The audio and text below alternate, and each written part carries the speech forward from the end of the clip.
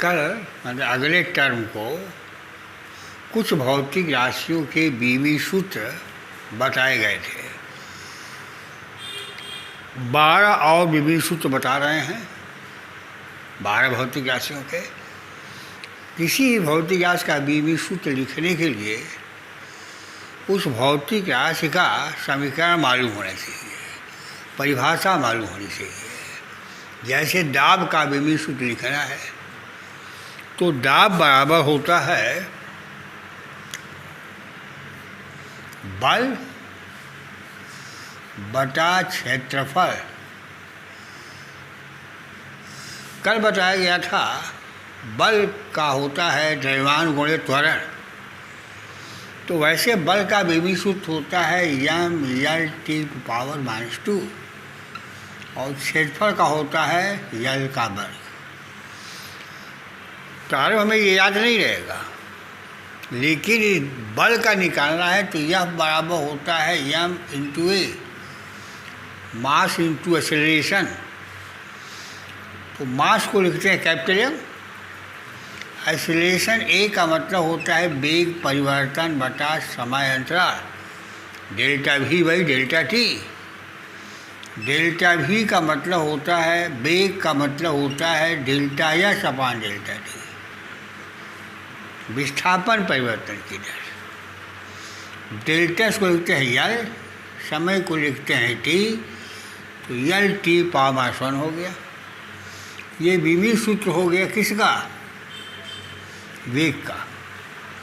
अब A का लिखना है तो डेल्टा V L(T⁻1) बटा T कितना हो गया? L(T⁻²). अब बल का लिखना है m/A, L(T⁻²). तो इस तरह से सिस्टमेटिक सूत्र याद रहेगा तो किसी भी भौतिक राशि का बीवी सूत्र आप लिख सकते हैं। ये हो गया m(L)(1) T⁻²। बल का आघूर्ण, इसका सूत्र 9th क्लास में है, बल गुणे अक्ष से बल की लंबवत दूरी। यदि कोई बल किसी दृढ़ पिंड को अक्ष के परितः घुमाने की प्रवृत्ति रखता हो तो बल की यह प्रवृत्ति बलाघूर्ण कहलाती है। और बलाघूर्ण टाव बराबर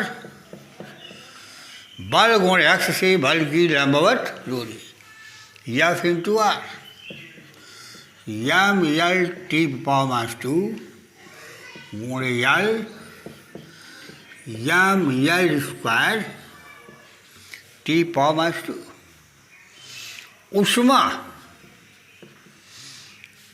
ऊष्मा एक तरह से ऊर्जा है जिसको ऊष्मीय ऊर्जा कहते हैं। जूल ने बताया था कि कार्य करते हैं तो ऊष्मा उत्पन्न होती है, इसलिए ऊष्मा का बीवी सूत्र वही होगा जो बीवी सूत्र कार्य का होता है। कार्य होता है बल गुणे विस्थापन m/L(T⁻² गुणे L m/L² T⁻²।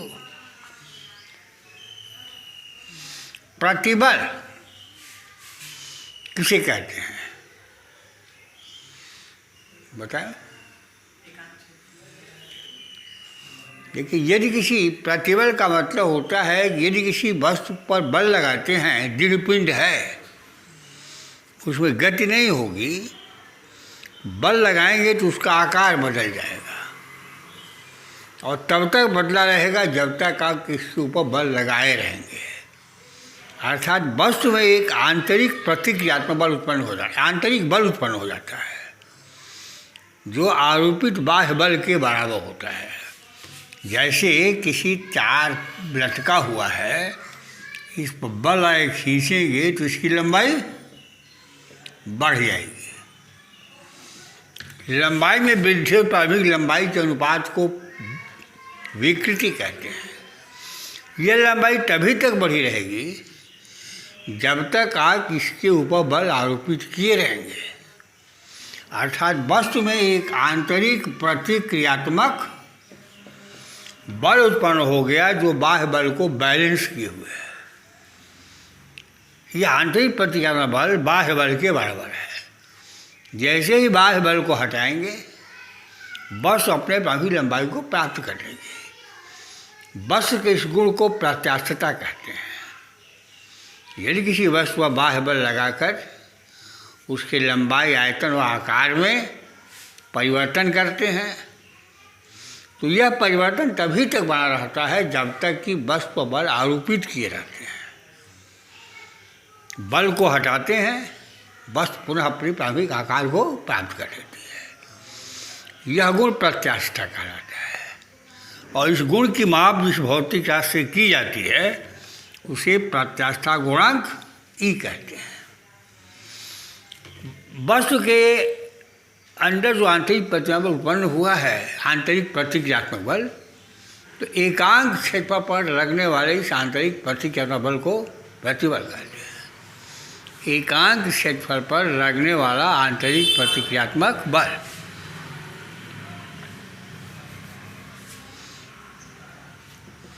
तो आंतरिक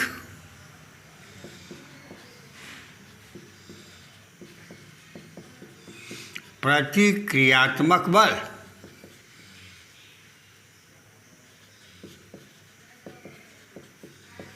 बटा क्षेत्रफल। आंतरिक प्रतिक्रियात्मक बल का मतलब फिर समझ लीजिए, जब वस्तु पर बल लगाकर उसके लंबाई, आयतन या आकार में परिवर्तन करते हैं तो वस्तु में एक प्रतिक्रियात्मक बल उत्पन्न होता है न्यूटन थर्ड लॉ के अनुसार। उस प्रतिक्रियात्मक बल को कहते हैं आंतरिक प्रतिक्रियात्मक बल। यह भी हो गया यह बटाइए यम यल टी पाव माइनस 2 बल हो गया, यल स्क्वायर हो गया यम यल पाव माइनस 1 टी पाव माइनस 2।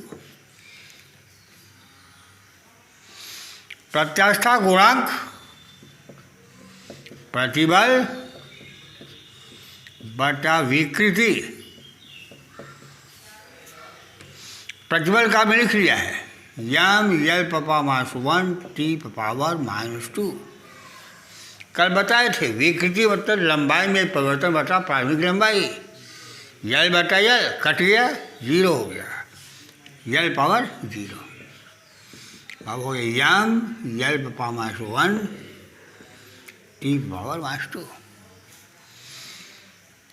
गुरुत्वाकर्षण नियतांक कक्षा 9 में पढ़े हैं कि दो बिंदु पिंडों के मध्य लगने वाला आकर्षण बल उनके द्रव्यमान के गुणनफल के अनुक्रमानुपाती और उनके मध्य के बीच की दूरी के वर्ग के व्युत्क्रमानुपाती होता है।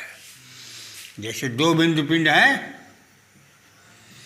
यम1 और यम2, इनके मध्य गुरुत्वाकर्षण बल F लगता है और F बराबर जी यम1 यम2 बटा r²। तो यदि जी का विमित सूत्र निकालना है तो यह समीकरण याद रहना चाहिए। यदि समीकरण याद रहेगा तो सूत्र निकालने में कोई दिक्कत नहीं होगी। तो जी बराबर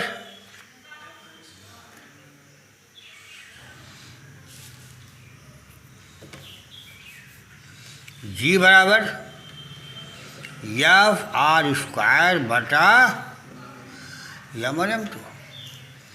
यफ का मान फिर वही हो गया यम यल टी पावर माइनस 2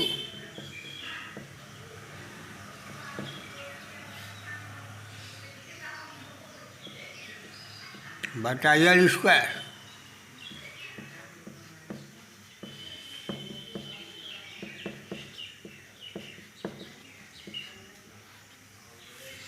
यम पावर माइनस 1 यल क्यूब टी पावर माइनस 2। कोणीय वेग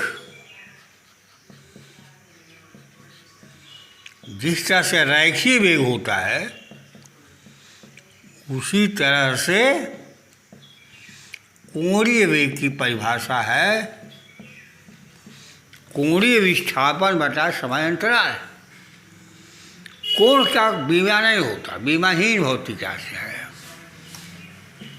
यल पावर 0 बटा T,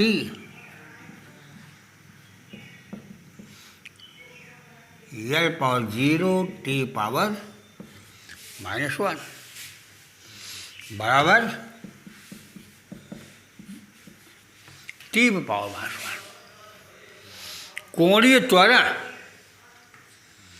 कोणीय वेग परिवर्तन की दर, कोणीय वेग को ओमेगा लिखते हैं, कोणीय त्वरण को अल्फा लिखते हैं। कोणीय वेग में परिवर्तन बटा समय अंतराल।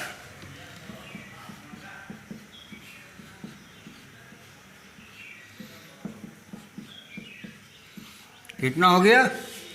T power -2। जड़त्व आघूर्ण थोड़ा सा टेढ़ा है। आघूर्ण जड़त्व पढ़े हैं, लाइन से बताया गया था कि जो बस स्थिर है वो स्थिर ही रहेगी, जो गतिमान है वो गति करती रहेगी जब तक इसके ऊपर कोई बाह्य बल न लगाया जाए। तो वस्तु की प्रवृत्ति अपनी विरामावस्था को या गत्यावस्था को बनाए रखने की होती है। वस्तु की इस प्रवृत्ति को जड़त्व कहते हैं और वस्तु के जड़त्व की माप उसके द्रव्यमान द्वारा की जाती है। ठीक इसी प्रकार यदि कोई वस्तु किसी वृत्ताकार पथ पर घूम रही हो किसी अक्ष के चारों तरफ, तो उसकी प्रवृत्ति अपनी घूर्णन अवस्था को बनाए रखने की होगी। वस्तु की इस प्रवृत्ति को जड़त्व आघूर्ण कहते हैं। तो जड़त्व आघूर्ण का मतलब है घूर्णन गतियों में वस्तु का जड़त्व, और यह जड़त्व निर्भर करता है वस्तु के द्रव्यमान पर और अक्ष से वस्तु की दूरी पर। ये सामान्य अनुभव की बात है कि यदि किसी पिंड को छोटी रस्सी से बांध के वृत्ताकार पथ पर घुमावें तो सुगमता से घुमा लेंगे, और उसी पिंड को बड़ी रस्सी से बांध के घुमावें तो घुमाने में दिक्कत होगी। तो वस्तु का जड़त्व आघूर्ण यानी घूर्णन जड़त्व निर्भर करता है वस्तु के द्रव्यमान पर और अक्ष से वस्तु की दूरी पर, घूर्णन पथ की त्रिज्या पर। इसलिए इसको लिखते हैं I और यह बाबू होता है mr², ml²। कोणीय संवेग, जिस तरह से रैखिक संवेग बाबा होता है द्रव्यमान गुणे वेग, तो द्रव्यमान का काम है जड़त्व नापना रैखिक गतियों में। तो यहाँ सूत्र हो जाएगा कोणीय वेग जड़त्व आघूर्ण गुणे कोणीय वेग। जड़त्व आघूर्ण का वही काम है घूर्णन गति में जो काम द्रव्यमान का रैखिक गति में है। तो सूत्र याद कर लीजिए, कोणीय संवेग J बराबर जड़त्व आघूर्ण गुणे कोणीय वेग ml²। और देखिए कहीं कोणीय वेग निकाला है T पावर -1।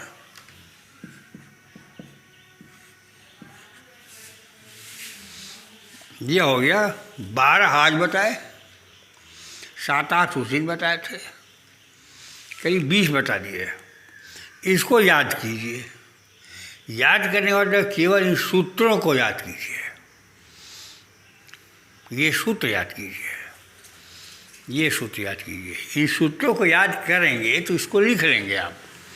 अब ऐसा नहीं है कि आप बैठ के रटें बल बराबर दाब बराबर या मिल /1 T /2। इसको बैठ के रटने की जरूरत नहीं है। दाब बराबर बल बटा क्षेत्रफल, बल को लिखेंगे या मिल T /2 बटा L², या मिल /1 T /2। 12 6 18 कल 10 बताए थे, आज 12 बताए हैं, कुल 22 हो गए। उम्मीद है कि 3 दिन में याद कर लेंगे। इसके बाद फिर आगे बढ़ेंगे।